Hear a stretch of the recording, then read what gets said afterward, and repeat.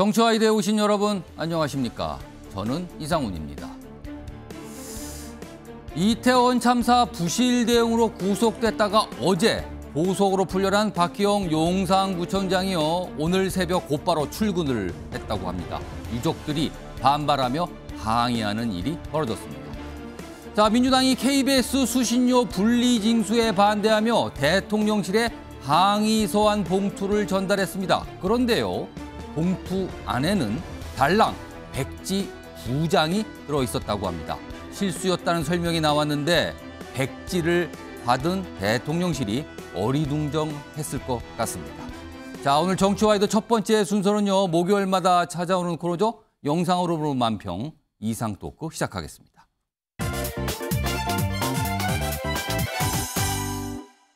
자, 이상훈이 묻고 이상민이 답하는 영상 만평 이상 토크 지금부터 시작하는데요. 오늘도 이상민 크리에이터 자리하고 계십니다.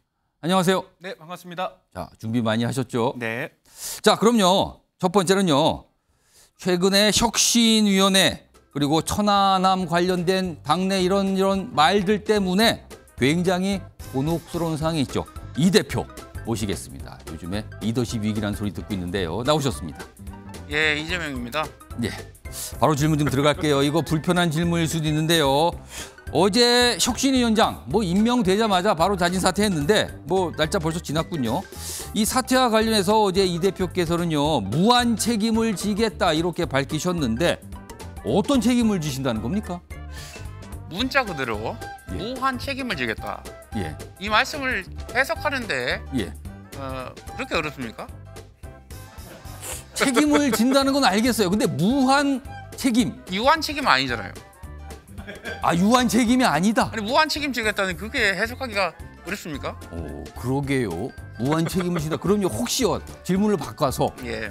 혹시 당대표직에서 사퇴한다, 이게 책임입니까? 제가 왜 사퇴를 합니까?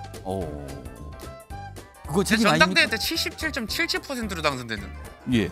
예, 일부 의원들의 예. 발언이나 이런 것들 인용해가지고 아. 앵커께서 진행하는 건 좋으나 예. 예의가 있어야죠. 아, 예의가 없는 겁니까, 지금요? 그럼요. 그럼 질문을 또 바꿔보겠습니다. 지금 당내에서요, 이 대표 사퇴 주장을 하시는 의원분들이 꽤 계신데 이 민주당 의원들에게 하시고 싶은 말씀이 있으시다면? 일단 정정할 게 있는데요. 예. 꽤가 아니라 소수입니다. 아, 소수다? 예. 그러면 그분들에게는? 그분들에게 하고 싶은 말이 있냐? 예. 열심히 잘 하겠습니다. 임기 아직 많이 남았어요. 열심히 무슨 잘하는... 권한으로 제가 물러납니까? 혹시 열심히 잘하겠다가 이게 무한 책임을 지는 걸까요? 잘해야죠. 알겠습니다. 통합으로 가야 됩니다, 우리 당은. 질문을 드리는데 뭔가 답이 약간 좀 그럽니다. 이것도 그럼요. 해석하기 어렵습니까? 그럼요, 다른 질문으로 가겠습니다.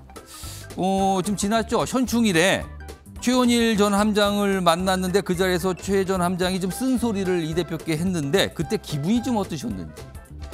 예, 문자 그대로 잘 들었습니다. 아, 잘 들었습니까? 예, 고견을 잘 들었습니다. 그러면은 그 고견에 혹시 동의하십니까? 전 동의한다고 말한 적이 없는데요. 그럼 동의 안 하십니까? 동의 안 한다고 한 적이 없는데요. 아니, 어떻게 사회적으로 편파적으로 이렇게 합니까? 그러면은 있는 그대로 바라봐 주세요. 또 있는 그대로 동의하십니까? 동의한다고 말한 적이 없다니까요. 오늘 질문이 나가는데 끄덕끄덕거린 거는 끄덕끄덕거린 따라 이렇게 얘기하십시오. 그럼요. 마지막 질문 하나 드릴게요. 요즘에요, 국회 가시면은 기자들이 많이 이렇게 쫓아오면서 질문을 많이 하는데 대부분의 질문에 답변을 안 하세요. 왜 그러십니까? 저도 답변 안 할 자유가 있는 거 아닌가요? 이 정부가 자유 좋아하는데 예. 저도 자유 있는 거 아닌가요? 아, 답변 안 할 자유를 실천하는 거다. 제가 그렇다고 사회자가 질문 못할 자유 막지 않지 않습니까? 오늘 질문을 제가 많이 했는데 답변은 안 나온 것 같아요. 예, 좀 아무래도. 하시죠. 예, 알겠습니다. 예, 열심히 하겠습니다. 자, 이 대표님 이제 들어가시고요. 자, 다음 모실 분은요, 어제 모내기를 하셨죠. 그리고 막걸리 한잔 하고 오셨습니다. 윤 대통령 모시겠습니다. 안녕하십니까. 정말 이양기 몰고 예. 정말 오랜만에 그 농활하는 심정으로다가 아. 다녀왔습니다. 농활 이 기분이 났다. 공정도 한번 보고요. 도정이 어떻게 되는지 한번 예. 봤습니다. 어제요, 농민들과 만나서 지금 말씀하신 대로 이양기도 좀 타보고 새참에 막걸리까지 좀 드셨거든요. 표정이요, 유난히 밝아 보였습니다. 아니 뭐 제가 왜 밝았겠습니까? 예. 이유가 뭐라고 생각하세요? 요즘에 밖에만 나가시면 밝아지는 것 같아요. 아니 그렇게 편파적으로 하지 마시고 예. 다른 게 아닙니다. 이 농촌에 가 보니까요. 예. 아니, 가루쌀 이런 개발들이 아주 많이 일어나고 있고 오. 거기 또 다둥이 엄마가 있더라고요. 오. 아니 앵커님 뭐 애국이 뭐 별겁니까? 예. 다둥이 이 애국자 아닙니까? 아. 그래서 제가 거기 가가지고 우렁이 막걸리 한 잔 했습니다. 막걸리 한 잔 이런 노래 있지 않습니까? 기분이 지금까지 그들하고 이러신 것 한잔 해야 같네요. 되는데. 예. 그리고 어제 그 자리에서 농민들 만나셨는데 그 자리에서 취미가 뭐냐는 질문이 있었는데 그에 대해서 답하기를 일하고 시간이 남으면 사람들과 어울려서 막걸리 한 잔 하는 거라고 대답을 했어요.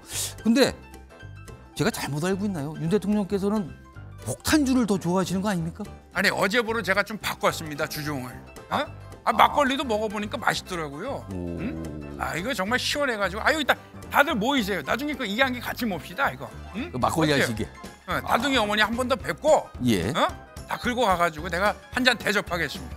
그러면은 막걸리하고 폭탄주 그리고 막사라고 그러죠? 막걸리 사이다. 그 중에서 어떤 게 제일 좋으세요? 그 막사라고 하는 거는 예. 우리 그 돌아가신 그 박정희 전 대통령께서 정말 그 좋아하셨던 예. 그런 주종으로 알고 있습니다. 섞어 드시는 거. 예. 근데 저는 오리지널이 좋습니다. 지금 화면에 보면요 술 종류가 다 나가고 있어요. 그 중에 어떤 게 제일 좋습니까? 아니 뭐 일단 제가 술을 좋아한다기보다는요. 예. 사람 만나고 대화하고 예. 벽이 없이 소통하는 거 제가 좋아합니다. 술보다는 사람을 만나는 게 좋다. 그럼요. 제가 술을 만납니까? 그런 건 아니겠죠. 예. 제가 뭐 바보입니까? 참. 이거 질문에 그냥 바로 이게 역질문이 들어오네요 지금요. 자 마지막 질문 하나 있는데요. 그나저나 뭐 어제 막걸리 한잔 하시고 이야기도 물고 기분이 참 좋았는데 대통령실에서 출입하는 기자들은요 자꾸 물어봐요. 기자회견 언제 합니까 도대체? 뭐 6월 중에 한다는 얘기가 있었는데 기자회견 언제 하실 생각이세요? 아니 좋은 날을 선택해가지고 예. 정말 국민 모두가 빠짐없이 예. 저희의 브리핑을 들으실 수 있도록 예. 그렇게 잘 준비하는 중입니다. 그래서 언제? 그거는 비밀이죠. 서프라이즈를 미리 그거 알려고 하십니까? 나 참 그. 그럼 확인하실 생각이십니까? 저하고 막걸리 한잔 하면서 예. 잠 부딪히면서 대화하시면 제가 알려드리겠습니다. 알겠습니다. 어때요? 이양기 모시면서. 알겠습니다. 나 참. 자, 윤 대통령 이제 들어가시고요. 자, 다음은요. 요즘에 책방 운영으로 굉장히 분주한 날을 보내고 있다는 얘기가 들립니다. 문 전 대통령 나오셨습니다. 예, 안녕하십니까. 문재인입니다.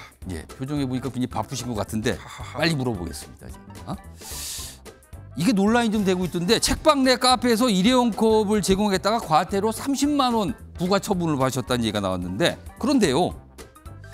문 전 대통령 재임 시절에 사실은 매장 내 일회용품 사용을 금지시켰거든요. 그때 이게 지정이 된 건데 그래서 그런지 이렇게 말씀하신 분들이 있어요.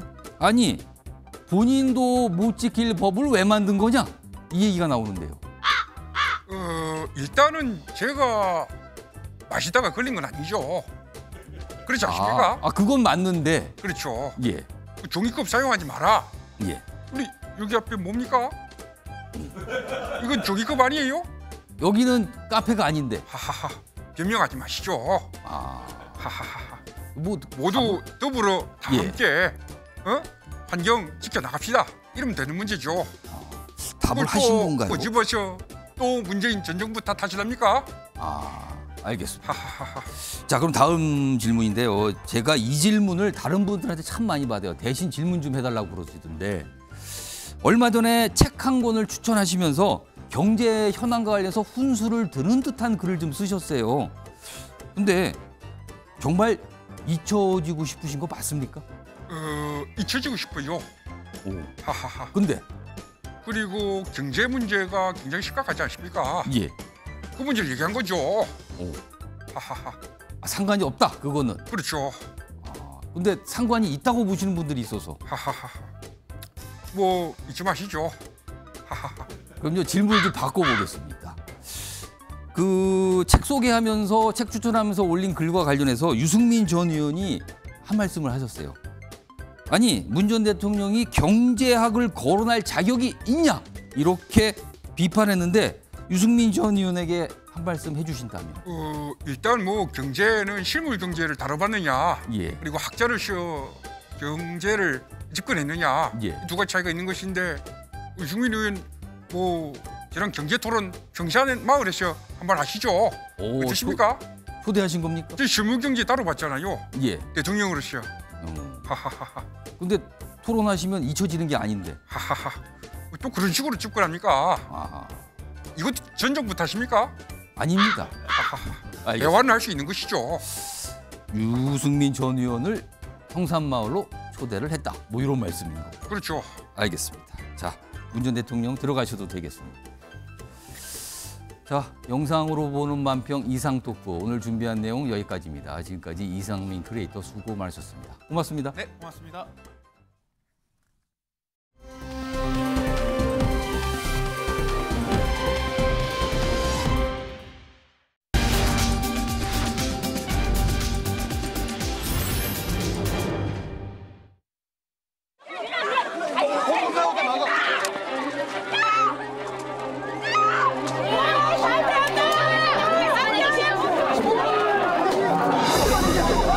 네, 이쪽에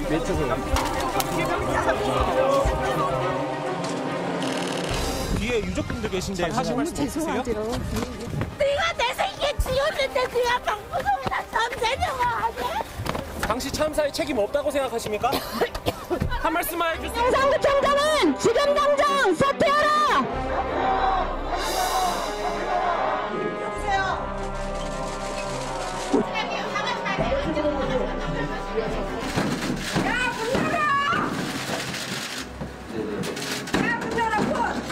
박의원 물러가라! 왜 그러냐고요? 개새끼가 용산구에서 죽어서 그래요. 죄송해요. 개새끼가 죽은 게 죄송해요. 보도하고 싶은 거죠. 문 열어주면 얌전하게 들어가서 얌전하게 기다리고 문만 열어주시면 안 열어서 우리 진상을 만들려고 언론에다 우리 진상 만들려고 이러는 거죠. 다 개인 그거죠. 용산구청. 내려주시오.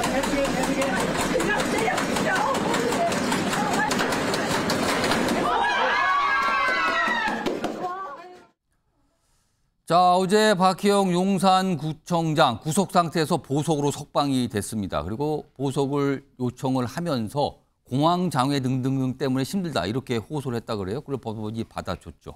그런데 오늘 새벽에 출근을 했습니다. 새벽에. 그래서 유족들하고는 만나지 않았거든요. 지금 영상을 보시면 유족들이 항의하는 모습이 있는데 이와 관련된 영상이 하나 더 준비되어 있습니다. 확인해 보겠습니다. 박희영은 어제 참사 트라우마로 인한 공황장애를 이유로 보석 신청을 해서 결국 풀려났습니다.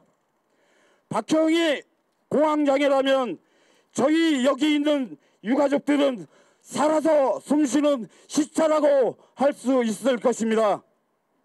이런 무능과 파렴치함으로 다시 용산 구민들의 안전과 생명을 책임지겠다고 합니다. 박희영, 당신은 그 자리에 있을 자격이 없습니다. 현재 심경이 어떠십니까? 유가족과 국민 여러분들께 사과와 위로의 말씀을 전합니다. 시간을 되돌릴 수 없다는 애통함과 무거운 책임감에 죄송한 마음 금할 길이 없습니다. 현장에 도착해서 긴급 구조 활동을 벌이고 대책 마련을 지시했으나 역부족이었습니다. 유족들에게 또 다른 상처를 드릴까 염려해 언론의 질문에 답변도 드리지 못했습니다. 죄인인 심정이었습니다. 구청장으로서 책임을 회피하지 않고 진상규명에 성실히 임하겠습니다. 책임을 회피하지 않겠다. 이 말씀은 어떻게 이해를 해야 될까요? 국민의 안전을 지켜야 된다는 구청장의 그런 무한한 책임 면에서 말씀드린 겁니다. 근데 그 책임이 구체적으로 어떤 책임인가요? 여러 가지 지금 큰 희생이 난 것에 대한 제 마음의 책임입니다. 지난해 12월입니다. 국회에서 저 얘기, 마음의 책임. 이게 또 큰 논란이 됐었죠. 책임인데 마음의 책임은 과연 무엇이냐. 자, 그리고 어제 보석으로 석방이 됐습니다. 자, 윤기찬 국민의힘 법률위 부위원장, 지금 변호사 나와 계신데요. 공황장애 뭐 불안 장애 이런 게 있다고 법원에 호소했고요. 법원이 보석을 받아들여 줬어요. 그래서 보석을 풀려났는데 이게 석방 사유로 충분한 사유가 됩니까? 공황 장애, 불안 장애. 원래 보석의 사유는 아니죠. 원래 저게 만약에 이제 저런 장애 때문에 예. 구금 생활이 어렵다 그러면 보통 저희가 예. 구속 집행 정지를 합니다. 아. 네, 약간 달라요 보석하고. 그래서 예. 그런 사유로 언론에 나오지만 아마 그런 변호인 등은 그렇게 청구를 했겠죠. 근데 법원에서는 그걸 이유로 해서 보석을 허용한 것 같지는 않고요. 이게 주된 이유는 아니다. 예, 그거는 보석 사유에 들어있지 않아요. 그러니까 형 집행 정지를 해야 되는 거죠. 예. 구속 집행 정지. 아마 보석을 한 이유는 지금 이 사건이 1월 달에 기소된 이후에 예. 첫 재판이 저번 달에 첫 재판이 이루어졌어요. 예. 그러니까 공판 준비기일이 한 서너 번 있다가 굉장히 늦어지고 있는 거죠. 그러니까 6개월 동안 구속을 할 수 있는데 1심에서 예. 이미 이제 5개월 가량 가기 때문에 예. 그런 이유가 하나 있는 것이고 또 하나는 엄밀히 말하면 정사고 약간 좀 어긋나 있는 부분인데 국민정서와 엄밀히 말하면 이게 10년 장기 10년 이상에 해당하는 죄의 경우에 예. 보석을 못하도록 되어 있습니다. 그러니까 법정형 예컨대 뭐 상해, 그러니까 살인 이러면은 보석이 안 돼요. 그런데 이거는 이분이 받는 여러 가지 혐의를 보면 예. 과실치사상, 업무상 과실치사상, 예. 그러니까 그 다음에 직권남용, 허위 공문서 작성 등이기 때문에 상대적으로 국민이 느끼는 이런 거하고 적용된 법 조항하고의 차이가 좀 있어요.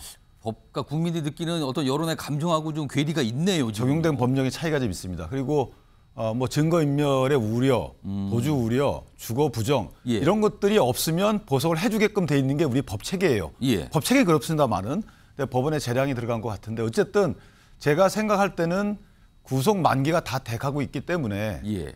그리고 앞으로 할 재판이 너무 많기 때문에 보석을 허용한 측면도 없지 않아 있다. 그런데 문제는 뭐냐면 저는 보석 여부는 재판부의 재량이라고 봅니다만 예.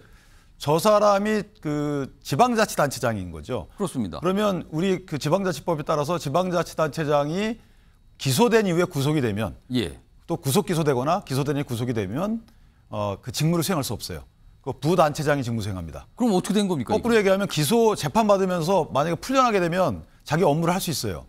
그러니까 여기서 아마 유가족들이 좀 화를 내시는 것 같아요. 예컨대 지금 이 업무상 과실치사상의 이유가 업무를 제대로 하지 않았기 때문에 그렇죠. 그러니까 지방자치단체장으로서의 업무를 제대로 안 해서 이런 사고가 발생을 했고 그래서 이런 재판을 받는 것인데 그런데 업무에 복귀시켰다는 거죠. 이 뭐가 앞뒤가 안 맞는 거 앞뒤가 아닙니까? 안 맞는 부분이 있어서 이거는 뭐 법원의 뭐 고려 대상은 아니지만 예.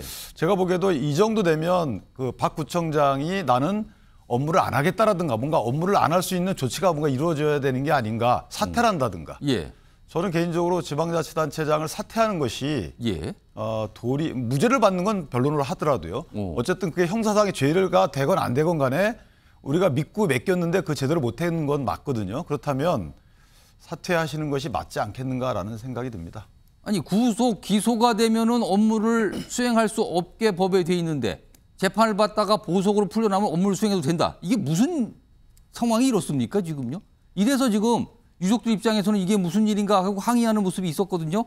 자, 여기서 네 분 패널께 스피드 OX 질문을 좀 하나 드릴게요. 지금 윤 시장님께서 살짝 말씀하셨는데 공황장애라고 얘기를 했는데 석방 다음 날 오늘 출근했어요. 그것도 새벽이에요. 유족들하고 만나지 않기 위해서 일부러 새벽 시간을 선택한 걸로 보이기도 하는데 자, 질문은 이겁니다.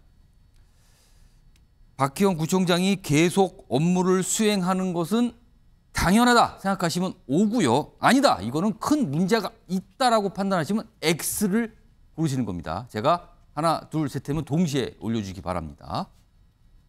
박 구청장이 업무를 수행하는 것은 당연하다. O. 문제가 많이 있다. X입니다. 하나, 둘, 셋 올려주세요. 전원 다 X입니다. 지금 전원 다.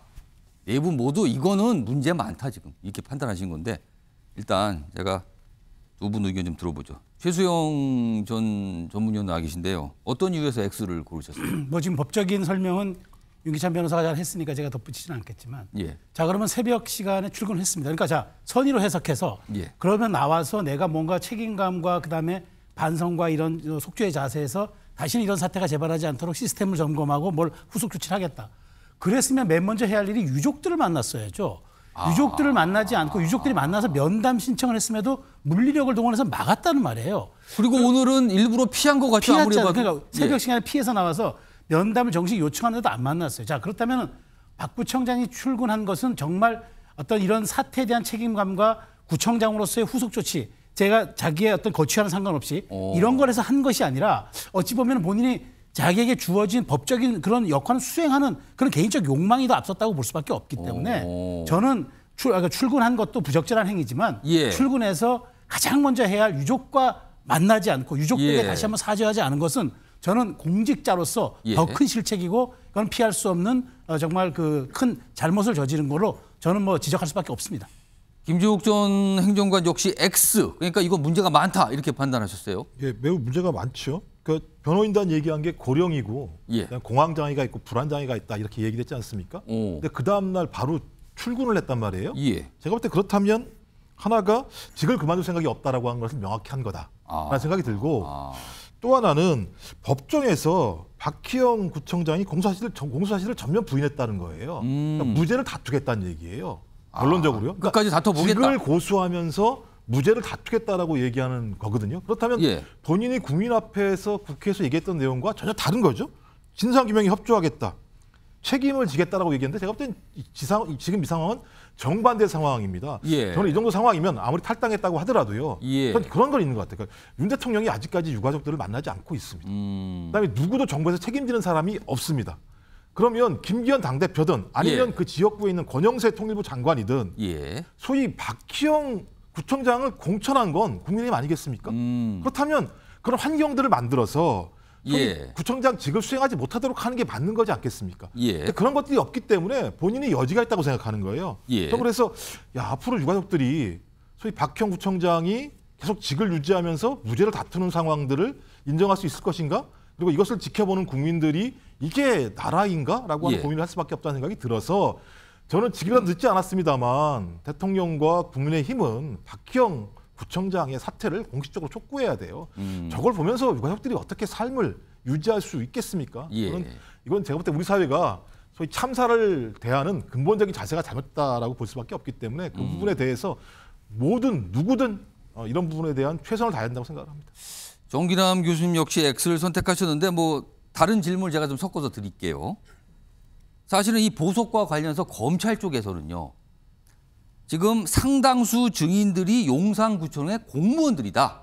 그러니까 석방돼서 돌아갈 경우에는 증인에 대한 회유 가능성이 있는 거 아니냐, 배제할 수 없는 거 아니냐, 뭐 이런 얘기를 검찰 쪽에서 좀 문제 제기를 했다 그래요. 이건 좀 어떻게 보십니까? 충분히 있을 수 있는 얘기죠. 좀 전에도 얘기 나왔습니다만 이 보석 청구는 법 체계 자체의 허점을 노린 거라고 봐야 되지 않겠습니까? 근데 사법부가 떡하니 보석을 받아줬단 말이에요. 자, 그러나 우리가 법적 체계를 떠나서 국민 정서라고 하는 걸 보자고요. 지금 이태원 참사 159명의 희생자가 났습니다만 누가 지금 책임졌습니까?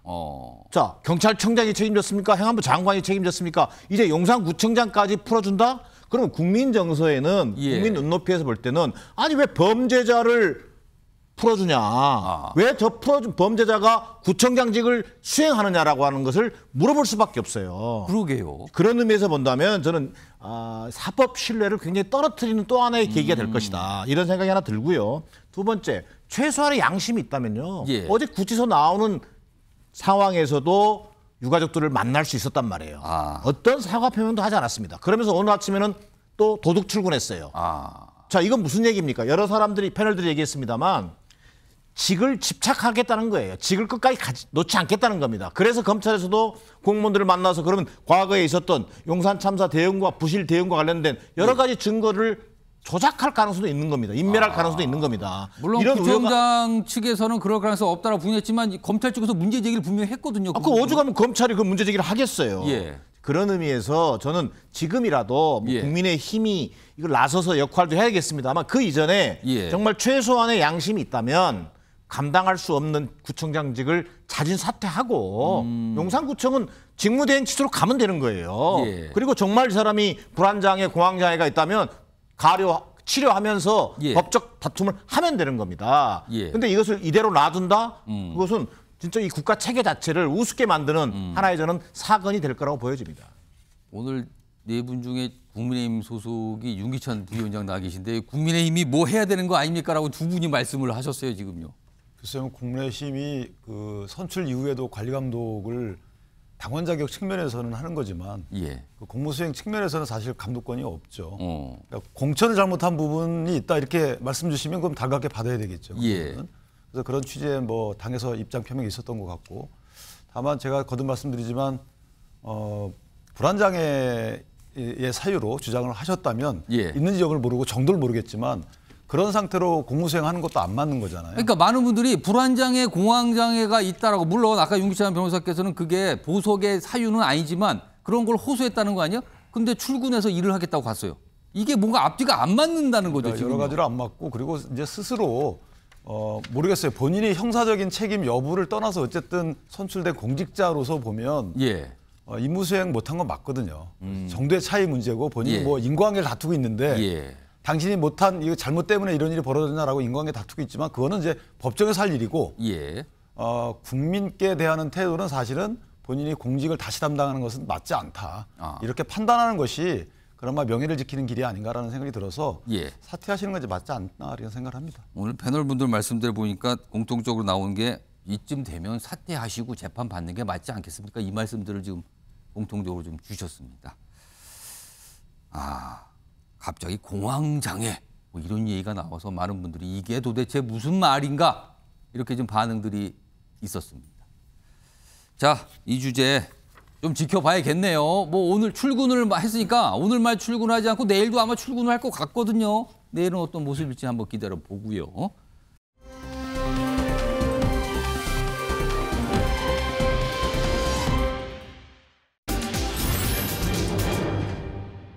자, 어제입니다. 고민정 민주당 의원이 대통령실에 뭔가를 전달을 해요. 항의하는 내용이라고 하면서 전달을 했죠. 그와 관련된 영상부터 확인해 보겠습니다. 탄압, 언론 장악이라는 말이 이제는 어색하지 않는 지경까지 왔습니다. 도대체 땡뉴 뉴스를 만들어서 무엇을 누리고자 하는가 윤석열 대통령에게 묻고 싶습니다.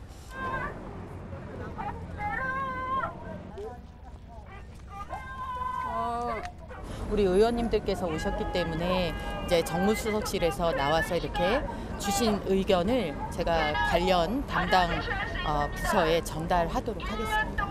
저희로서는 받아들이기 참 어려운 부분들이 많이 있어서 자세한 내용들은 이 안에 들어 있으니까 대통령님하고 같이 좀 논의를 해보시고. 지금 들어보셨죠? 봉투 전달하면서 항의 내용이 들어있다. 자세한 내용이 봉투에 들어있다라고 했는데 화면 보겠습니다. 근데 대통령실 쪽에서 열어보니까 백지 2장이에요. 그냥 아무것도 적혀 있는 종이 2장이 들어있답니다. 이게 뭡니까 지금 이게? 일부러 그러는 겁니까? 이거 왜 이런 거예요? 항의를 엄청나게 했어요. 그리고 이거 들어있으니까 읽어보세요 했는데 빈 종이 백지 2장이었답니다. 자, 그러자 대통령실 관계자가 어제 반응이 나왔죠. 이 무엇을 하겠다는 건지 당황한 것 같죠, 조금. 처음부터 이거 보여주기 쇼 아닙니까? 이럴 거면 아무것도 내용이 없는데 그냥 겉에만 제목만 써 있고. 그러자 고민정 의원 측에서 설명을 해요. 단순 실수였다. 확인 후 즉시 조치. 그러니까 진짜 내용이 적혀 있는 걸 따로 또 전달했다 그러죠. 조치를 취했다고 합니다. 정기장 교수님. 사실 이 문제요. 민주당에서 굉장히 관심을 갖고 있고 반발하면서 비판한 내용이었어요. 그리고 고민정 의원도 지금 천장에서 굉장히 비판하고 목소리를 높였거든요. 근데 이렇게 중요하게 여겼는데 막상 그 봉투에는 백지 2장입니다. 이게 있을 수 있는 실수입니까? 있을 수야 있죠. 벌어진 일이지 않습니까? 있었어요. 벌어진 일이고 있었죠. 자, 근데 어처구니 없는 실수죠. 형식은 실수입니다. 형식은 실수지만 저는 내용은 이미지 정치, 뭐 이를테면 이벤트 정치에 매몰된 저는 행태가 빚어낸 천국이라고 생각합니다. 자, 그동안 민주당 의원뿐만 아니라 이 국회의원들이요, 뭐 SNS라든가 이런 걸 통해서도 그냥 급작스럽게 막 올려요, 급하게. 급하게 올렸다 실수도 나죠. 실수도 나죠. 근데 이게 뭐냐면 뭔가 이렇게 대중들의 반응에 빨리 반응하기 위해서 뭐 이렇게 하는 그 데서 나오는 실수일 수 있겠습니다만 저는 고민정 의원 같은 경우는 민주당의 최고위원입니다. 그렇습니다. 민주당의 또 언론자유특별위원회 위원장 자격으로 그날 집회도 하고 그렇습니다. 또 청와대에 공식적인 서한을 전달한 거예요. 자, 그런데 갑자기 서한을 전달했는데 서한이 백지더라? 이것은 어떤 의미가 있냐면 이 사안의 엄중성 자체를 떨어뜨리는 거예요. 그렇지 않겠어요? 지금 이 윤석열 정부의 방송 장악 의도라고 하는 측면에서 이 KBS 수신료 분리 문제를 가지고 제기하고 있는 거잖아요. 민주당이 강력히 반발하고 있거든요. 강력하게 지금 반발하고 예. 특별회를 만들어서 지금 싸우고 있는 거지 않습니까? 예. 이 사안의 엄중성을 떨어뜨리는 거다. 그리고 또 이게 의도는 뭐냐면 KBS 이 시청료 분리 징수가 어떤 윤석열 정부가 어떤 의도에서 지금 이것을 하려고 하는지에 대해서 분명하게 드러내줘야 되는데 거기에 의견이 적혀 있을 거 아니에요. 그 의견을 제출도 안 한 거 아닙니까? 그런 의미에서는 다시 한번 얘기하지만 정말 이 싸움이라고 하는 것은 투쟁이라고 하는 것, 뭐 또 대정부 견제라고 하는 것을 목적도 중요하지만 정말 사소한 어떤 국민 정서를 감안한 사소한 장치까지 신경 써서 책임 있게 하는 모습을 저는 야당이든 여당이든 저는 국회의원들이 보여줬으면 하는 그런 아쉬움이고요. 그런 면에서 다시 한번 좀 반성의 계기가 됐으면 좋겠다. 이런 판단입니다. 아니 당에서 저렇게 중요하다고 생각하고 고민정이 대표 자격으로 저걸 전달했는데 그럼 저 봉투에 들어있는 내용을 아무도 확인을 안 했다는 겁니까 지금요? 일단 그게 의심스럽고요. 그리고 저 백지 봉투를 받고 대통령실로 가서 저걸 뜯어봤을 거 아니에요? 대통령실 관계자들이. 백지 2장이 딱 나왔을 때 이게 무슨 뜻일까 막 고민하지 않았을까요 지금? 이거 무슨 의도일까? 이랬을 것 같아요. 이게 도대체 무슨 뜻인지. 근데 결국 실수였다고 하고 다시 전달했다고 그러죠. 자, 그럼요. 지금 수신료 얘기, KBS 수신료 얘기 때문에 이게 시작이 된 거거든요. 이와 관련된 영상이 따로 준비되어 있습니다. 확인해 보겠습니다. 약 97%에 해당하는 56,226표가 통합 징수 방식에 대한 개선에 찬성표를 던지셨습니다. 이들 참여자의 절반을 넘는 3만 8천여 건에서는 TV 수신료를 폐지해야 된다 이런 의견을 제시하였고요. 분리징수의 목소리는 2만여 건으로 31.5%에 달했고 그 이유로는 사실상 세금과 동일하다. 전임 정권에서 사장으로 임명된 제가 문제라면 제가 사장직을 내려놓겠습니다. 그러니 대통령께서는 공영방송 근간을 뒤흔드는 수신료 분리징수 추진을 즉각 철회해 주십시오. 수신료 분리징수 추진이 철회되는 즉시 저는 자리에서 물러나겠습니다. KBS의 미래와 발전을 위한 방안을 전달하기 위해 이 자리에서 대통령님과의 면담을 정식으로 요청드립니다. 자, 수신료 요 문제가요. 이제 정치권까지 와서 이제 논쟁거리로 됐습니다. 지금 정부에서 이제 추진 중인 거고요. 자, 여기서 스피드 OX 다시 한번 해보겠습니다. 질문은 바로 이겁니다. KBS 수신료 분리 징수 찬성하시면 O, 반대하시면 X를 올려주세요. 하나, 둘, 셋 올려주세요. 두 분 X, 두 분 O입니다. 자, 그럼 한 분씩 들어보죠. 저 끝에서부터 볼까요? 윤기찬 부위원장. 그러니까 찬성하신다고 의견 줬어요. 말씀해 주시죠.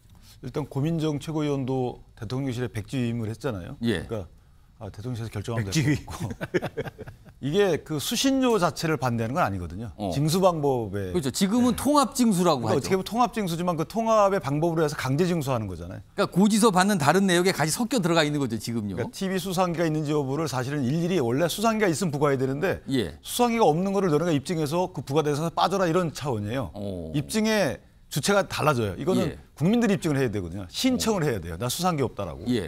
이런 부과 방식이 어디 있는가. 그럼 분리징수가 되면 어떻게 달라집니까? 분리징수가 되면 수상기 있는 사람을 찾아서 부과해야 되겠죠. 원래는. 그러면 이게 뭔가 방향이 바뀌는 거네요. 그렇죠. 그러면요. 전기요금은 사실은 거의 다 사용하시잖아요. 그런 거고. 왜냐하면 이게 언론의 독립성 확보 차원에서도 이게 바람직합니다. 예컨대 이게 이제 재원 마련의 방법이잖아요. 수신료라는 게. 근데 수신료를 국민이 이제 이 방송을 보고 잘한다라고 하면 TV를 더 볼 것이고 그렇지 않다면 안 볼 거 아니겠어요? 이게 시장 논리도 맞는 것이고 그것이 국민을 바라보는 언론의 독립성 보장 차원에서 맞는 거예요. 원래 이 수신료를 부과하는 이유가 그런 거였거든요. 그러니까 만약에 정부 보조금으로 하게 되면 정부의 눈치를 보게 되는 것이고 광고를 재원의 그 단일성으로 하게 되면 기업의 눈치를 보게 되고 예. 그러니까 오히려 국민들이 보고 수신료를 내게끔 하자 이런 언론의 독립성 차원에서 재원 확보 발언을 마련한 거예요. 전체를 보고 하라. 그렇죠. 그런데 만약에 저걸 강제징수하게 되면요. 국민을 바라보지 않습니다. 무조건 다 내게 돼 있기 때문에 아무도 바라보지 않아요. 정부의 눈치도 안 보고 기업의 눈치도 안 보고 국민의 눈치도 안 보고 자기들 마음대로 하는 거죠. 자, 이런 폐단이 나타나기 때문에 나타나왔고 나타났다고 보는 사람들이 많기 때문에 이거를 이제 좀 바꾸자라는 입장인 것이고 국민들 대다수도 그렇게 생각하는 거 아니겠어요? 그렇기 때문에 이것을 언론 길들이기다라고 하는 것 자체는 저는 동의하지 못하겠어요. 예. 자, 이번에 김종욱 전 청와대 행정관 반대 의견입니다. 분리징수 안 된다는 의견을 주셨어요. 말씀하시죠. 제가 볼 때 망해라 이런 뜻이겠죠. 아, 망해라. KBS 망해라. 왜냐하면 이게 예를 들면 수신료를 분리징수를 하게 되면 내부적으로 얘기하는 게 30% 정도 전체 예산에서 확보가 안 되는 측면이 있는 거죠. 그럼 분리징수하게 되면은 수신료를 대부분이 안 낼 것이다. 이 전제가 되는 겁니다. 아까 그렇죠. 그럼 그렇게 되면 이제 지금 추정하는 게 한 30% 정도라고 얘기를 해요. 그럼 기업이 100억을 가지고 운영이 됐는데 70억으로 운영을 할 수 있을 것인가? 또 기간과 상황을 줘야 되는 상황인데 그렇지 않고 이렇게 얘기하는 이유가 뭘까? 저는 예를 들면 한상혁 전 방통위원장을 면직하지 않았습니까? 면직하고 난 다음에 즉각적으로 제기된 게 이동관 지금 언론특보 아직 내정 안 됐습니다만 내정설이 스물스물 흘러나오는데 내정설을 뭐 외부에서 얘기했겠습니까? 국민의힘이나 대통령실에서 흘러나왔겠죠. 자, 이런 측면들이 왜 나왔을까? 그 와중에 결합된 게 저희 수신료를 분리하겠다라고 얘기하는 거면 총체적으로 언론을 장악하려고 하는 의도, 프로그램이 작동하고 있다고 볼 수밖에 없다라는 생각이 드는 거죠. 그렇다면 이 상황에서 말씀하신 것처럼 국민들이 KBS 수신료를 내는 거에 대해서 부정적인 여론도 분명히 있다고 생각이 듭니다. 근데 의도성 자체가 국민들이 그렇기 때문에 추진한다라기보다는 내년 총선을 앞두고 저희 과거 MB 정권에서 언론 장악에 전력이 있었던 이동관 언론특보를 통해서 내년 4월 총선까지 지금에 있는 대통령실과 국민의힘이 언론을 장악하면서 언론의 주도권들을 확보하겠다라고 하는 의도가 명징한 거 아닌가라고 하는 야권 또는 많은 국민들의 우려가 있는 상황에서 수신료를 분리 징수하겠다는 건 KBS를 압박하는 거 아니겠습니까? 그럼 KBS를 압박한다라고 하는 건 KBS 스스로 권력이 얘기하면 그 얘기를 들어줘야겠다라고 얘기할 수밖에 없는 건데 KBS가 무너지면 다른 방송은 안 무너지겠습니까? 서서히 마찬가지인 거죠. 이미 MBC에 대해서 고소고발한 상황이 분명히 있기 때문에 의도성 자체가 KBS 수신료라도 분리하는 거에 대한 국민적 요구라기보다는 권력의 언론 장악의 의도가 많기 때문에 그것들의 수단들을 활용하는 것에 대해서 반대하는 건 당연한 어떤 권리라는 생각이 들고요. 그런 측면에서 말씀을 드리는 겁니다. 자, 최수영 전 의원은 찬성 의견 주셨어요. 뭐 저도 사실 제가 대통령실 인수위 있을 때 제가 이 분야에 좀 전문위원을 했기 때문에 내용을 조금 알고 있습니다. 근데 저는 이거는 KBS가 이렇게 이제 하는 거는 사실 명분과 그 실익 측면에서도 아무것도 얻지 못하는 겁니다. 왜냐하면 이 역사를 한번 보면 말이죠. 이게 이제 시청료의 징수가 1961년도에 100원으로 시작합니다. 그래서 81년도에 지금 2,500원으로 인상이 되고요. 한전의 위탁에서 한전이 이걸 가지고 걷어서 그 전경에 포함시켜서 통합 징수를 하게 되는 그게 1994년에 이루어졌습니다. 그리고 한전이 이 대응을 하면서 KBS로부터 400억을 받습니다. 아, 연간 400억? 연간 400억의 대행료 수수료를 받는 겁니다. 그러니까 저는 이런 구조도 지금 말이 안 될 뿐이고 말이 안 되는 데다가 지금 사실 1인 가구 같은 데는요. 집에 TV 수상기가 없어요. 그리고 지금 사실 보면은 지금 우리가 왜 그 셋톱박스라 그래가지고 말하자면 지금 그 케이블 TV나 OTT를 다 볼 수 있는 그 수상기를 그런 하잖아요. 요새 많이 늘어나고 있죠. 자, 그럼 거기를 설치할 때 아파트마다 그 돈 냅니다. 근데 KBS 걸 2,500원 또 내야 돼요. 이중과세죠. 내는 겁니까? 그 이중과세가 되는 거죠. 그래서 이 문제도 사실은 굉장히 문제가 많은 그런 사안이고 그다음에 세계적 추세에도 맞잖아요. 세계적 공영방송들 지금 수신료 안 받습니다. NHK 같은 경우도 2020년에 바로 이제 그 안 받겠다고 했고 또 10%까지 인하를 또 하기로 하고 그다음에 자체 징수합니다. 그리고 BBC도 2028년부터 폐지입니다. 그리고 프랑스 FTV도 지난해 7월 하원에서 이 수신료 안 받기로 법안이 통과됐습니다. 세계적 추세도 그렇고 그다음에 이 부분 어떻게 해결하느냐? 그 콘텐츠 개발과 그다음에 그 국민들이 원하는 방향의 그 솔루션, 그 콘텐츠를 내므로써 비로소 저는 KBS가 여기서 자생할 수 있는데 지금 사실 KBS 직원 절반이 사실 연봉 1억 원 이상 과다 좀 지급되고 있다는 이런 비판도 좀 있어요. 저는 뭐 월급까지 뭐라는 건 아니지만 그렇다면 이런 부분에 대해서는 먼저 자구책 개선도 고려하는 게 저는 KBS가 이런 위기를 타개하는 게 맞지 무조건 더더군다나 지금 KBS 측은 시청료를 더 올려달라고 얘기합니다. 이 2,500원 가지고 안 되니까 3,800원까지 올려달라고 얘기합니다.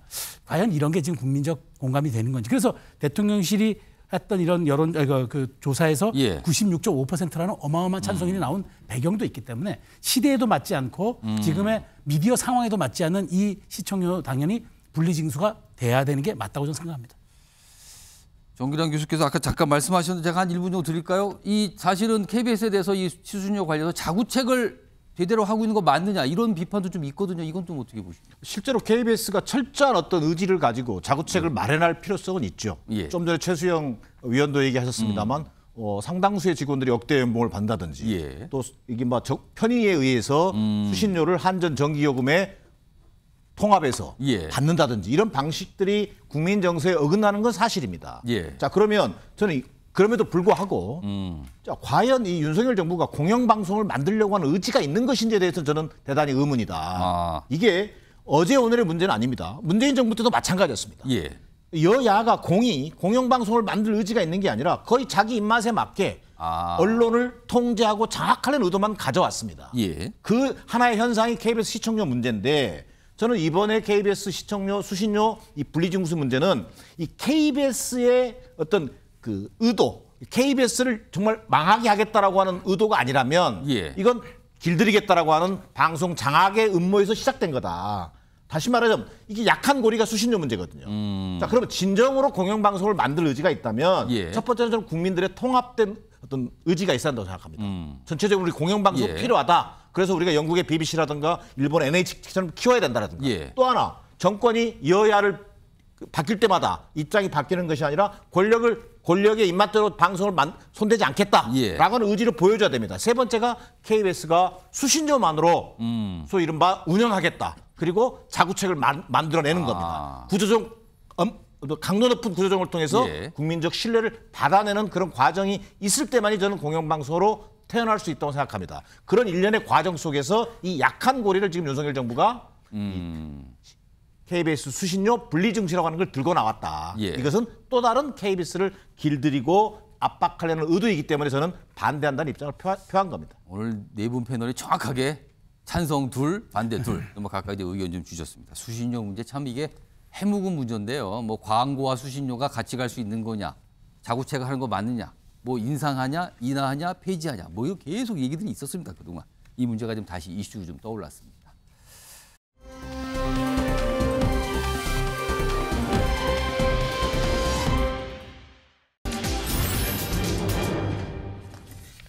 시선을 돌린다 이재명 대표가 나와 있는데요. 최근에 이재명 대표 당내 사정 정말 안 좋거든요. 그런데 주로 많이 얘기하는 분야들이 있는데 그중 하나가 후쿠시마 오염수 얘기 요즘에 참 많이 하고 있거든요. 그와 관련된 영상부터 좀 확인해 보겠습니다. 또 주변 국가에서 안전하지 않다, 위험하다라고 주장을 하면 안전하다고 우길 게 아니라 진짜 안전함을 스스로 증명하면 될 일입니다. 마치 함께 쓰는 우물에 독극물을 퍼넣으면서 이건 안전하다 이렇게 주장하는 것과 마찬가지입니다. 세슈민이 무슨 유민이 희한한 이름도 기억하기 어려운 핵 방사능 물질이 바다에 섞여 있다고 하면 대체 누가 바다를 찾겠습니까? 이 향기 좋은 멍게 대체 누가 찾을 것입니까? 앞으로 김이 오염이 되면 김밥은 대체 뭘로 만들 겁니까, 여러분? 정확하게 말하면 핵 오염수가 아니라 핵 물질에 노출된 핵 폐기물 아닙니까, 여러분? 그러니까 최근에 저 분야에 대해서 목소리를 많이 내고 있거든요. 그리고요, 최근에 무슨 이 시도당의 이 후쿠시마 오염수 관련해서 무슨 이렇게 반대하는 현수막 뭐 이런 얘기가 있었거든요. 그거를 뭐 개수를 세와라 그러지 않았다 뭐 오늘 막 그거 반박하고 뭐 이런 얘기까지 있은 상황이었어요. 자, 그런 가운데 오늘 지금 이 시간일 겁니다. 다음 보겠습니다. 여기 있습니다. 지금 6시부터 중국 대사관저에서 이재명 대표와 싱하이민 주한 중국 대사가 만나고 있습니다. 지금요. 이거 만찬을 좀 경험하고 있다는데 중국 측에서 요청을 했고 성사가 됐는데 예고되기로는요, 알려지기는 후쿠시마 오염수 방류 문제를 공동 대책을 논의한다. 이런 얘기가 나왔어요. 만나서 이 얘기를 하고 있다는 거예요. 자, 최수용 전 위원께. 일단요, 이 만남이 굉장히 이례적인 게 사실은 신임 대사의 경우 인사차 당대표를 만나는 경우가 있어요. 아니면 당대표가 새로 정해지면 각국의 대사들이 또 면담을 하는 경우가 있어요. 근데 지금은 이 두 경우 아무것도 아니에요. 그렇죠. 그리고 이 만남의 장소가 중국 대사관저입니다. 굉장히 이례적으로 뽑혀요. 그래서 이게 이 일본 후쿠시마 오염수 문제와 관련해서 무슨 민주당과 중국 대사관이 무슨 연대를 맺는 거냐 이런 시각이 있거든요. 이거 어떻게 보십니까? 제가 보기에는 한마디로 양측의 이해관계가 맞아떨어졌습니다. 그래서 이게 싱하이밍 대사가 먼저 제안했다고 알려졌잖아요. 그렇습니다. 그래서 이제 먼저 제안했는데 사실은 이 두 분이 지난해 11월에 만났습니다. 지난해 11월에 이미 만나가지고 그 대표 취임한 이후 또 그 대사 취임한 이후 양쪽 현안 협의하고 논의했어요. 그런데 더더군다나 이게 이례적으로 보통 싱하이밍 대사가 국회 주변에서 정치권 인사를 만나는데 관저로 초대를 했단 말입니다. 근데 제가 좀 뒷얘기를 보니까 더 웃긴 거는 바로 어저께 김기현 대표도 초대를 했다는 거예요. 근데 그 하루 전날에 그러니까 말하자면 구색 갖추려고 한 거겠죠. 여야 대표를 다 초대했다. 근데 당연히 김기현 대표 측에서는 일정이 안 되니까 거절했겠죠. 안 갔고. 저는 그래서 이 싱하이밍 대사의 의도가 있다고 보는 겁니다. 지금 사실 어저께 우리가 국가안보전략서를 발간했는데 이게 5년마다 한 번씩 발간되는 거거든요. 그런데 여기에서 그 우리의 외교 전략을 기술하는 기본 지침서 같은 건데 문재인 정부 때는 중국을 얘기한 다음에 일본을 얘기했는데 이번에는 일본 다음에 중국이 기술됐어요. 중국 입장에서 굉장히 불편했을 겁니다. 그런 것들이 이제 이미 감지가 됐을 테고. 자, 그래서 중국 입장에서는 이 불만을 표현할 수 있는 방법을 찾았는데 마침 제가 보니까 이재명 대표 입장에서는 그 지금 후쿠시마 오염수 문제를 가지고 뭔가 고리를 찾고 있거든요. 그럼 이거는 일본에 대해서 한중이 공동 대처하자라는 또 공동의견이 맞아떨어져 가지고 저는 여러 가지 지금 정치적인 리스크에 노출된 이재명 대표가 후쿠시마 오염수를 빌미로 중국과 연대하면서 이 문제를 계속적인 국가적 이슈로서 계속 끌고 가려는 의지가 있었고 그것을 간파한 싱하이밍 대사가 한국에 대한 여러 가지 외교 전략에 대한 불만 표출을 이재명 야당 대표를 만남으로써 우회적으로 표출하는 이 양장한 얘기가 딱 맞아떨어진 케이스가 바로 오늘 만찬으로 저는 분석을 합니다. 그런데 저는 뭐 야당 대표가 뭐 대사 만날 수 있죠. 저는 그렇다면 이재명 대표는 반드시 또 주한 미군 대사를 만나서 당국의 현안도 논의해야죠. 그게 저 책임 있는 제1야당의 대표의 모습이죠. 그래서 그런 측면에서 저는 이게 할 수는 있으나 싱하이밍 대사가 바로 김기현 대표에게 하루 전날에 오라 한 것은 정말 이 부분이 또 어떤 또 약간의 역작이 있을 수 있게 알기 때문에 했던 것으로 저는 생각합니다. 자, 김종욱 전 행정관. 사실 뭐 일본 후쿠시마 오염수에 대한 경각심 주장 이런 건 뭐 알겠어요. 이런 내용이. 근데 지금 민주당 당내 사정이 굉장히 복잡하고 어려운 상황에서 이재명 대표가 이 오염수 문제 쪽으로 시선을 돌리려는 게 아니냐 이런 시각이 또 여당에서 나오기도 합니다. 이건 어떻게 좀 보십니까? 저는 왜 이걸 시선 돌리는 거라고 말씀하시는지 모르겠어요. 후쿠시마 오염수 문제가 예를 들면 뭐 민주당이 제기한 문제입니까? 국민들이 다 반대하는 문제 아니에요? 아주 압도적인 다수가 반대하는 문제와 관련해서 현 정부는 아무런 예를 들면 대답이 없잖아요. 오히려 일본의 입장들을 옹호하는 듯한 모습들이 보이고 있는 거 아니겠습니까? 그럼 당연히 국민의 생명과 안전이 걸려있는 후쿠시마 오염수 방류 문제와 관련해서 야당이 이 문제에 대해서 문제제기하지 않는다면 오히려 직무유기인 거죠. 근데 예를 들면 이런 문제를 제기했더니 무슨 자기에게 제기되는 문제에 관해서 시선을 돌린다라고 얘기하면 이재명 대표는 앞으로 아무것도 하지 말라는 얘기입니까? 국민들이 이렇게 반대하는 문제를 야당이 하지 않는다고 얘기하면 야당은 국민의 요구에 반응하지 않는 거고요. 또 중국 대사 만난 거 감사해야죠, 오히려요. 왜냐하면 지금 우리나라만 중국하고 이렇게 예를 들면 삐뚤어져 있어요, 사이가. 미국의 앨런 재무부 장관 무슨 예를 들면 디커플링이냐 딜스킹이다.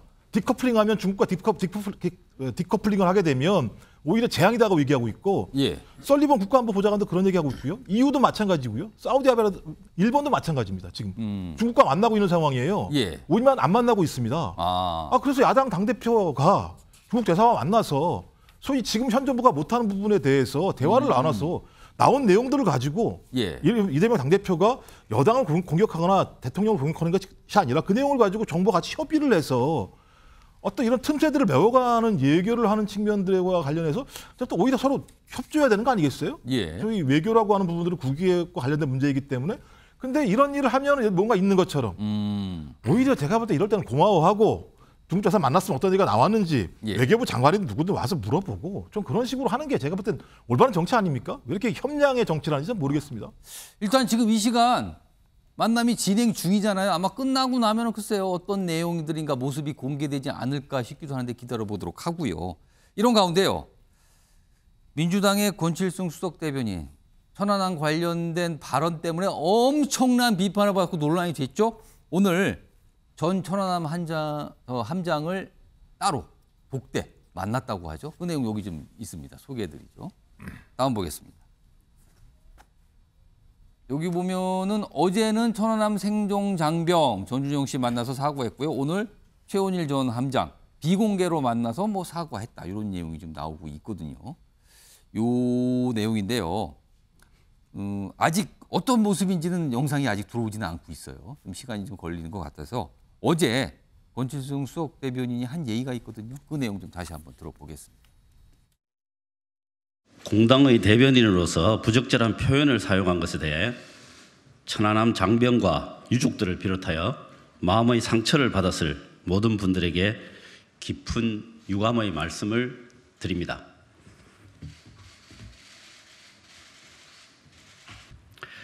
아울러 저는 국회 장관 청문회 과정에서 천안함 사건은 북한의 소행이라는 입장을 밝힌 바 있음을 말씀드립니다. 자, 여기 보시면요. 최원일 전 함장이 여기 좀 크게 볼까요? 뭐 글씨가 좀 작은데요. 뭐 만났다고 본인이 이제 밝혔어요. 오늘 권칠승 수석 대변인 만났다. 당사자 만났다.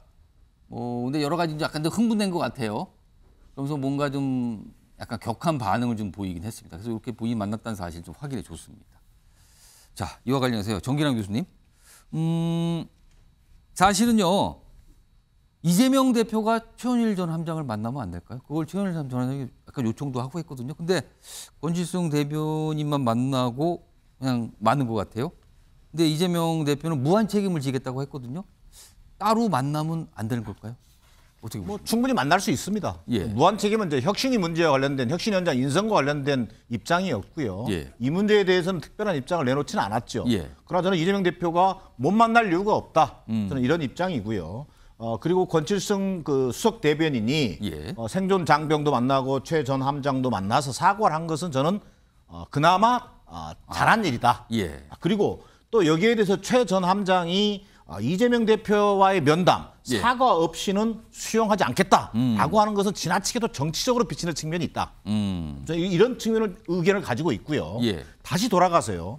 저는 어떤 형태가 됐든 예. 사후에 권칠승 대변인이 행동을 한 것은 잘했다고 평가하지만 그 발언, 소위 부하들 다 죽이고 무슨 낯짝으로 이 발언은 야당의 어떤 이 몰상식 수준을 드러낸 발언이었다. 막말이다. 그러니까 많은 분들이 무슨 낯짝 누구 이렇게 기억을 하고 되거든요. 그렇습니다. 실제로 46명의 장병을 죽인 건 북한이지 최 전 함장이 아니죠. 그렇죠. 그리고 최 전 함장은 마지막까지 사실은 생존자들을 구하겠다면서 퇴선을 거부했던 사람이잖아요. 자, 이런 것들을 본다면 그 분명히 팩트도 틀렸고 또 그 시점도 잘못됐다. 예. 현충일을 하루 앞둔 시점에서 그런 얘기를 했다고 하는 것은 국민적 정서로 볼 때는 용납이 안 되는 발언이다. 예. 자, 그러면 이걸 어떻게 수습할 것이냐. 예. 이재명 대표의 면담과 이것을 요구할 것이 아니라 예. 저는 국민의힘의 요구 이전에 예. 저는 권칠승 대변인이 본인의 정치적 결단으로 이 문제에 대해서 저는 책임지겠다.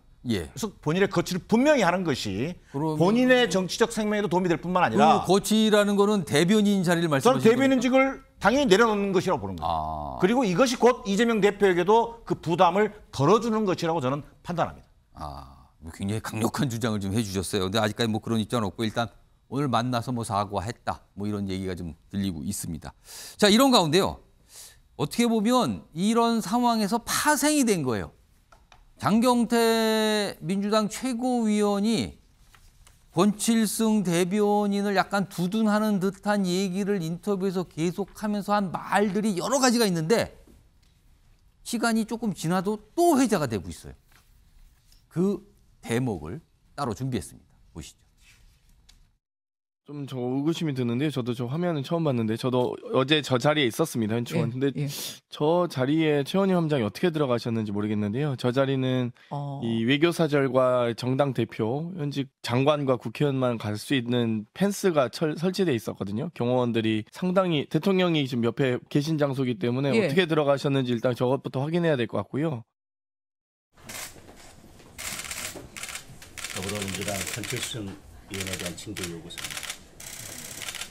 이 문제의 중심에 서 있는, 논란의 중심에 서 있는 이재명 대표가 사과를 하고 지금 13년째 반복되고 있는 이 문제에 대해서 더불어민주당의 입장이 무엇인지에 대해서 이번에는 명확하게 할 필요가 있다고 생각을 합니다. 윤기찬 국민의힘 법률위 부위원장. 그러니까 장경태 최고위원은 최원일 전 함장이 현충일 행사장에 뭐 외교사절 있는 그쪽, 당대표가 있는 쪽으로 왜 거기에 자리하고 있었느냐. 그걸 문제를 삼았어요. 그러게요. 글쎄요, 뭐 정부 인사가 경호 차원에서 저런 문제를 제기한다 그러면은 예. 그건 뭐 다른 측면이죠. 근데 장경태 최고위원의 경우에는 이미 발언을 통해서 예. 근데 그러니까 수석 대변인의 발언이 잘못된 말은 아니었다라는 취지의 얘기를 해가지고 천안함 생존자 등으로부터 지탄을 받고 있는 상황이에요. 예. 그런데 여기 어떻게 들어왔냐 저분이.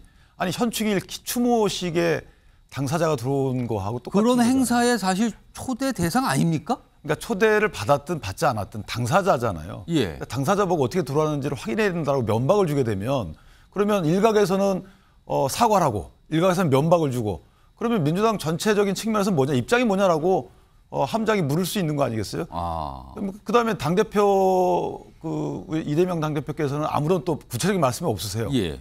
이게 뭐냐라고 말씀 없고 내 책임이다라고 하지만 그 책임 이후에 그러면 어떻게 할 것이냐에 대한 말이 안 나오시는 거죠. 그러니까 여기 요구한 거 보면은 재발 방지 대책도 얘기하지만 지금 민주당 대표 내지 민주당 차원에서 어떤 조치가 없기 때문에 민주당 지지자분들이 댓글 같은 걸 또 다나봐요. 그러니까 이런 것들로 인해서 계속 가해가 이루어지는 거란 말이에요. 그럼 저런 2차 가해, 3차 가해 이런 것들이 이어져서 지지자분들의 행동을 촉발하는 것이기 때문에 그걸 막아주셔야죠, 당대표께서는. 그래서 본인이 정말 진정한 사과의 의사가 있다 그러면 그리고 뭔가 잘못됐다고 진정하게 느끼면 그러면 이런 사태가 벌어지지 않도록 당원들의 2차 가해가 없도록 막아주셔야죠. 그런 차원에서 이재명 당대표께서 전 고민한다고 봅니다. 고민 너무 길어지면 그렇고 하니까 얼른 대책을 내놓으시고 기자회견을 하시든지 해서 이런 사태가 오래가지 않도록 하는 것이 맞습니다. 왜냐하면 전몰 군경에 관련된 문제예요. 이것은 나라의 근간이기 때문에 이게 지정에 따라서 입장 차이가 있을 수 없는 거거든요. 그러니까 얼른 매듭을 지어주셨으면 좋겠습니다. 사실 이런 문제는 불필요한 거 아닙니까? 굳이 이런 얘기를 꺼내서 이걸 논쟁이 된다는 게 굉장히 소모적인 거 아닌가 싶기도 합니다. 자, 이 주제 이 정도로 정리하고요. 다음 이슈는요. 어처구니 없는 사고입니다. 오늘 오전에 있었고요. 많은 분들이 깜짝 놀랐어요. 그 내용 들어가 보겠습니다.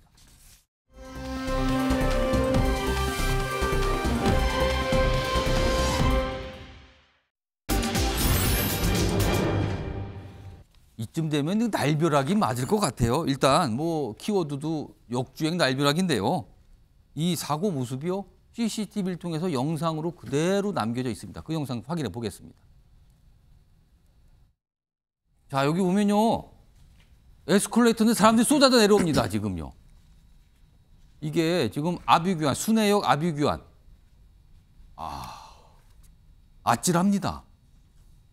에스컬레이터를 타고 그냥 편하게 올라가시던 분들이 갑자기 쏟아져 내려오는 거예요. 저거요. 일단 이 큰 부상 자체는 아직 없었다 그래요. 저 정도로 끝났습니다. 그냥. 그런데요. 그나마 천만다행인 게 저 에스컬레이터 길이가 상대적으로 그렇게 길지 않아서 그렇죠. 만약에 서울 지역 같은 경우 다른 지역 같은 경우 에스컬레이터 길이가 상당히 뭐 수십 미터 이상 되는 곳 많거든요. 근데 그 에스컬레이터가 사람들이 가득 차서 올라가는데 역주행됐다고 생각해 보세요. 이거요. 압사 이런 거 떠오르게 됩니다. 분명히요. 지금요. 이런 모습이 있었습니다. 깜짝 놀랐습니다. 많은 분들. 그냥 그대로 좀 남겨 있어요. 지금. 일단 저거 정확하게 원인 규명을 좀 해야 될 것 같고요. 그리고 다음 화면 좀 보겠습니다. 다음 보겠습니다. 이게 이제 분당선 순회역에서 오늘 오전에 있었던 건데요. 근데 이기인 국민의힘 경기도 의원이 이 얘기를 꺼내요. 2013년 법 개정 이후에 전국 에스컬레이터 역주행 방지 장치 설치 의무화돼 있다. 근데 이게 어떻게 된 거냐 이거죠. 어떻게 된 거냐. 그리고 과거에 다른 역에서도 저런 역주행 사고가 있었어요. 그때도 크게 문제가 됐었어요. 원인도 밝혀주고 했었는데 뭔가 작동 안 한 거 아니냐. 이거 강한 의심이 들게 되는 상황입니다. 정기남 교수님.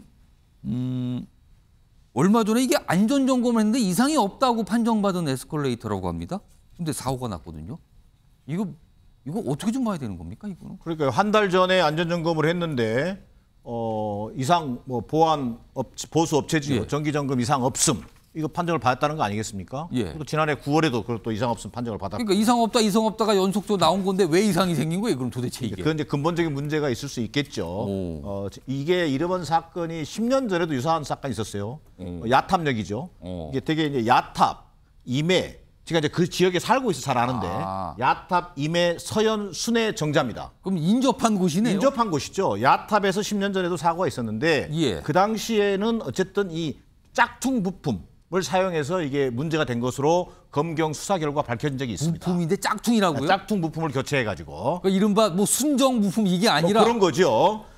그리고 이런 사고가 나는 데 있어서 지금 저는 한번 살펴봐야 될 게 어쨌든 이번에도 마찬가지입니다만 검경 수사를 통해서라도 이 시민의 안전과 관련된 사고에 대해서는 철저한 어떤 규명 그리고 재발 방지 대책을 만들어야 한다고 생각합니다. 자, 그런데 좀 더 거시적으로 가면요. 이게 저는 분당 신도시가 벌써 지어진 지 30년이 넘었습니다. 자, 최근에 정자교 사건이 있었어요. 정자교 붕괴 사건이 있었습니다. 다리가 무너졌죠. 인도 쪽이 무너진 거. 그러다 보니까 저는 요즘에 그쪽에 산책도 안 갑니다. 어떤 시민들이 느끼는 기반은 자, 분당 신도시가 됐던 일기 신도시들 전체적인 도시 기반 시설 자체에 대한 총체적인 안전점검이 필요한 시점인지도 모릅니다. 그럼 노후와 이런 걸 좀 따져봐야 된다는 겁니까? 두 가지가 다 있다는 거죠. 이번 에스컬레이터 사고에 대한 재발 방지 대책도 필요하지만 전반적인 도시 기반 시설에 대한 안전 점검 이런 것들이 저는 한 번쯤은 논의돼야 할 시점이 된 것 같다. 그리고 하나만 덧붙이면요. 이번에도 어쨌든 에스컬레이터 사고가 다행히 큰 사고가 없었습니다만 다행히 천만다행입니다. 천만다행입니다. 근데 경기도가 한 달 전에 에스컬레이터 역주행 시뮬레이션 훈련을 했어요. 그래요? 그게 그나마 신고 접수 4분 만에 현장에 도착하고 빠른 구호 조치로 인해서 피해를 최소화할 수 있다는 거예요. 이것도 하나의 우리가 좋은 선례로 만들어서 대비 훈련이라든지 구호 조치 훈련 이런 것들도 게을리해서는 안 되겠다라고 하는 게 제 판단입니다. 윤기찬 변호사. 저게 승강기거든요. 그러니까 승강기 안전관리법에서 규율 대상인데 제가 볼 때는 이게 자체 점검을 한 달에 한 번씩 하게 돼 있어요. 그리고 망에다 다 입력을 하게 돼 있거든요. 근데 그러니까 자체 점검에서 볼 수 있는 것은 외관상만 볼 수 있을 것 같아요. 이런 부품이 있는지 없는지. 근데 저 부품의 성능 자체를 봐야 될 것 같거든요. 성능? 그러니까 제가 볼 때 2014년도에 법이 개정되면서 무조건 역주행 방지 시설을 다 설치하게 돼 있단 말이에요. 그렇다면 뭔가 문제가 생기면 멈추거나 뭐가 있어야 되는 거 아니에요? 그래서 승강기 안전관리법에서 주안점이 뭐냐면 부품의 성능을 보는 거예요. 원래는 수입할 때. 근데 그 이후에 이 부품이 만약에 아까 짝퉁 얘기하셨는데 이게 성능에 문제가 있다. 그럼 납품 비리 같은 것도 찾아봐야 되는 거죠. 실제는 역주행 방지 시설은 사실 굉장히 중요한 장비란 말이에요. 여기에 대한 대대적인 행안부가 주관 부서인데 대대적인 점검을 할 필요성이 있다. 이게 만약에 가다 쓰는 것도 문제지만 역주행은 진짜 위험해요. 그래서 그 역주행을 방지하는 그 설치 장비에 대해서 뭔가 성능 점검을 할 필요가 있지 않겠는가 이렇게 생각합니다. 아니 이렇게 되면요 에스컬레이터를 탈 때 조마조마 이거 혹시 이거 생각 안 들겠습니까 지금요? 그래서 뭐 이런 말이 있더군요. 에스컬레이터 탈 때 그 핸드레일 있잖아요. 약간 옆에서 이렇게 흘러가는 거. 그거 꽉 잡고 계시라. 너무 또 꽉 잡으면 양쪽으로 오가야 되는데 또 안 되잖아요. 아무튼 한쪽에든 어디든 꽉 잡고 계시라. 또 이런 얘기까지 하시는 분도 있더군요. 참 세상 살면서 걱정해야 될 게 너무나 많군요. 에스컬레이터 하는 것도 이렇게 좀 걱정을 하면서 타야 됩니까? 이런 거 좀 안 됩니까? 어떻게 좀 제발 좀 잘 좀 따져봤으면 좋겠습니다.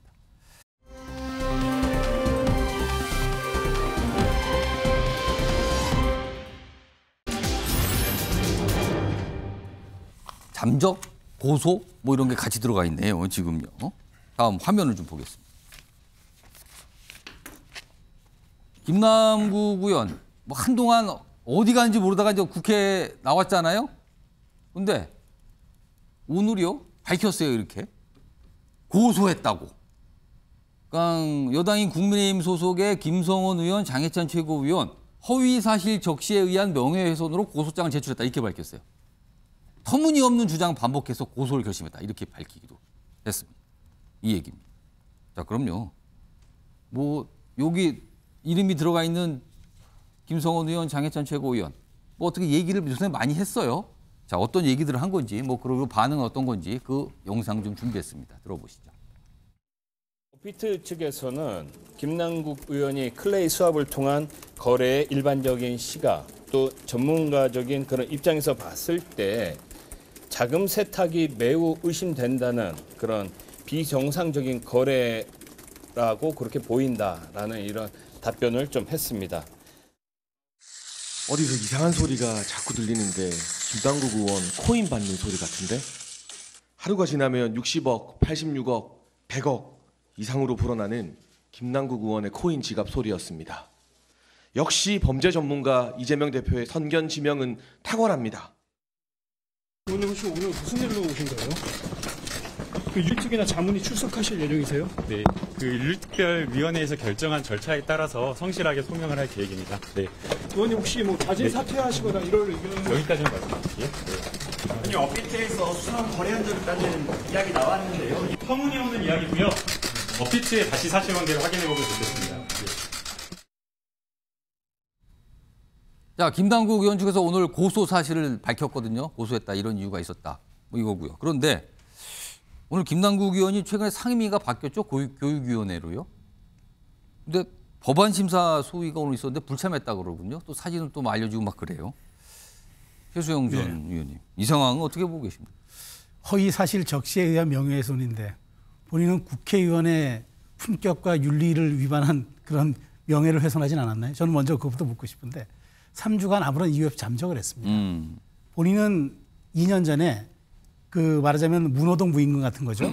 국회의원이 일하지 않고 정당한 사유 없이 국회 나오지 않으면은 세비를 받지 말자는 법안까지도 공동 발의했습니다. 그런 분이 그런 의원이 3주 동안 아무런 여기 책임 없이 그냥 자기 지역구 아니면 뭐 어디 뭐 고속도로 휴게소에서 그 사진 찍히고 이런 과정을 통해서 아무런 해명과 아무런 자기 입장을 내놓지 않던 분이 딱 돌아오자마자 첫 행보가 국민의힘 진상조사단장과 최고위원을 고소합니까? 저는 선우가 뭔가 잘못됐다, 한참 잘못됐다는 생각이 들고요.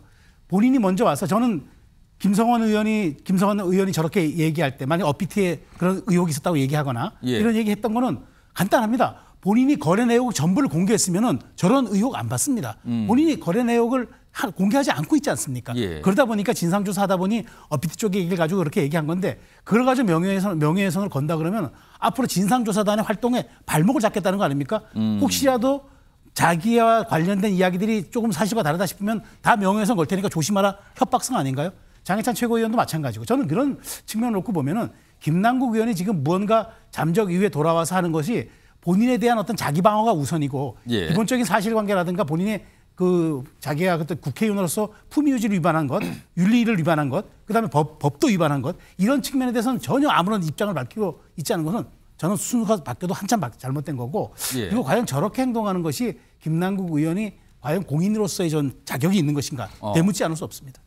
일단 이 고소 사실에 대해서 두 당사자가 있잖아요. 반응을 좀 보였어요. 화면으로 먼저 하나 보죠. 다음 보겠습니다. 장해찬 최고위원이 또 비판을 해놨네요. 고소장 작성하는 중에 코인 거래 안 했는지 궁금하다. 이건 뭐 엄청난 비판을 했네요 또. 그리고 상임위 본회의는 안 나오고 고소장 작성할 시간이 있었나. 세비 루팡 김남국 의원. 이게 무슨 소리입니까? 세비 루팡이요? 루팡은 무슨 궤도 뭐 이거 아닙니까? 여기다 또 이렇게 비유를 했군요. 이런 상황입니다. 그리고요. 김성원 의원도 반응을 보였는데요. 그 모습은 영상으로 준비되어 있습니다. 보시죠. 단기간에 100억 원대의 거래가 이렇게 유추되는 것을 보았을 때 일종의 정보 상납 형태의 정보 매매 의혹이 있는 것은 아닌가라고 이렇게 말씀들을 주셨습니다. 김남국 의원이 저랑 장해찬 최고위원을 뭐 고소고발을 했다고 하는데 이 모든 것은 김남국 의원이 거래 내역을 깨끗하게 공개를 한다고 하면은 모든 의혹들이 정리될 거라고 생각하고 있습니다. 김남국 의원은 모든 거래 내역을 상세하게 공개하기를 바라고요. 네, 유기찬 변호사. 근데 저거는 김남국 의원이 저는 의외의 행동이라고 보는 게 원래는 본인이 약간 그 투자 경위나 그다음에 코인 종류 이런 것들에 대해서 약간 사실과 다른 말을 했다는 오해가 있잖아요. 처음에 약간 설명이 이게 꼬였다고 그랬었죠. 그런 상황이고, 그러니까 모든 걸 다 밝히고 그 본인이 주장한 거에 부합하는 증거를 다 제출해서 어떤 사실관계가 명백해졌는데도 불구하고 왜 계속 같은 주장을 하냐? 이러면 이제 허위사실에 의한 명예훼손이 돼요. 근데 지금 이 부분은 김남국 의원이 본인이 자세한 주장을 안 했고, 두 번째는 본인 주장에 부합하는 자세한 자료를 안 냈어요. 그렇기 때문에 저 두 사람이 의혹 제기하는 것은 설령 그게 사실이 아니라 하더라도 본인들이 알고 내가 허위임을 알고 했다고 인정이 안 돼요, 저 부분은. 충분하지 않은 자료가 있는 상태가 아니었다, 지금. 그렇기 때문에 허위사실의 명예훼손이 성립될 가능성이 거의 없어요. 그거를 김남국 의원이 아실 텐데도 불구하고 법조인이라서. 김남국 의원은 변호사잖아요. 잘 알 거예요. 그런데도 불구하고 저렇게 했다는, 글쎄요, 왜 그렇게 했는지는 모르겠지만 어쨌든 앞뒤가 좀 안 맞는 부분이 있고, 다만 장해찬 최고위원도 약간 좀 비꼬는 듯한 이런 거는 안 했으면 좋겠어요. 다시 볼까요? 이 얘기예요. 고속장 작성하는 중에 코인 거래 안 했는지 궁금하다. 시간은 있었으니까 뭐 이런 거예요, 지금. 그게 그냥 담백하게 비판할 건 비판하고 의혹 제기할 건 제기해야지. 약간 비꼬는 식의 그것은 제가 보기에도 좀 불편하네요. 자, 김종욱 전 행정관. 그러니까 고소를 했다라는 거는 수사를 통해서 밝히겠다. 여기를 처벌해달라 이거잖아요. 그러면은 이게 근데 지금 윤기찬 변호사께서는 약간 이해가 안 된다. 뭐가 불충분한 상태가 이루어진 건데 이게 결백을 증명하겠다는 걸까요? 아니면 일단 뭐 여론을 의식해서 여론전 형태인 걸까요? 이거 어떻게 보십니까? 일단 정치적 책임, 그러니까 국회의원으로서의 성실과 청렴의 의무와 관련해서 정치적 책임을 져야 되는 부분이 분명히 있는 거죠. 제가 알기로 해서 거의 지금 3주 동안 내내 예를 들면 공격을 받고 있는 건 사실인 거고요. 그분과 관련해서 본인이 또 잠적 같은 유사한 행동을 했었기 때문에 국민적 비난이 있는 건 사실이라는 생각이 듭니다. 좀 그렇다고 하더라도 이건 사법적 문제인 거거든요. 왜냐하면 내용 자체가 좀, 그러니까 예를 들면 정치 자금을 세탁했다는 얘기잖아요. 결론적으로. 정치인에게 정치 자금을 세탁했다는 얘기는 되게 큰 문제인 거죠. 근데 이 내용도 어떤 거였냐면 업비트가 소위 저희 국민의힘 진상조사단 와서 잘못 얘기를 했다고 얘기하면 다시 불러가지고 소위 그 업비트에 있는 대표가 와서 얘기를 했는데 업비트는 그런 사실이 없다고 얘기했는데 김성원 단장이 얘기한 내용들은 전혀 업비트와 다른 내용들을 얘기했단 말이에요. 허위사실은 사실인 거죠. 그러면 그 얘기를 들으면 소위 자금 세탁을 했던 것처럼 들릴 수 있잖아요. 그다음에 또 나온 얘기는 정보 매매인데 이건 미공개 정보 가지고 돈 벌었다는 얘기밖에 안 되는 거예요. 이 두 가지가 핵심적인 골이에요. 실제로는 이 사건과 관련해서 사법적인 문제와 관련해서. 근데 저건 공식적인 기구가 아니잖아요. 국민의힘의 진상조사단이잖아요. 나올 때마다 저런 식의 내용들을 얘기해서 공격을 하고 있어요. 근데 예를 들면 김남국 의원만 공격하느냐? 그게 아니에요. 민주당도 공격을 하고 있어요.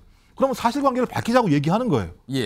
이런 것들도 하지 말라고 얘기한다면 김남국 의원이 지금 명확하게 유죄가 확정된 상황이 아니기 때문에 그분과 관련돼서 가장 핵심적인 자금 세탁 의혹과 그다음에 정보매매 의혹을 갖다가 국민의힘이 제기하고 있으니 그 부분에 대해서 소위 시시비비를 밝히겠다라고 하는 얘기는 정당하다는 생각이 들고 그리고 또 김성원 의원도 마찬가지입니다. 본인도 당 윤리위에 제소돼가지고 뭐죠? 규정 왔으면 좋겠네. 사진 잘 나오게 이런 얘기를 했었고 그다음에 장해찬 최고도 마찬가지입니다. 공당의 당대표한테 소위 예를 들면 범죄 전문가라고 얘기하면 말이 되겠습니까? 뭐 하자는 겁니까? 자, 정경환 교수님은 참 이게 의원끼리 이제 고소전이 들어간 거예요, 지금요. 이거 어떻게 보십니까? 김남국 의원에게 이런 말을 좀 하고 싶어요. 장해찬, 김성원 의원을 보고 의정 활동하는 거 아니다. 국민을 보고 하는 거다. 자, 그런데 자, 터무니없는 주장에 대해서 고소하기 전에 저는 자금 출처라든지 규모, 그다음에 뭐 예를 들면 투자 경위, 또 뭐 이를테면 거래 내용 이런 것들을 사실 깔끔하게 제시함으로써 의혹을 해소했어야 되죠. 그것이 빠진 속에서의 저런 고소 고발은 국민적 동의를 받기 어렵다. 그다음 두 번째, 저는 김남국 의원이 어쨌든 법망을 피해서 형사처벌을 면할 수 있다고 봅니다. 그렇다고 해서 그러면 김남국 의원은 문제가 없는 것이냐?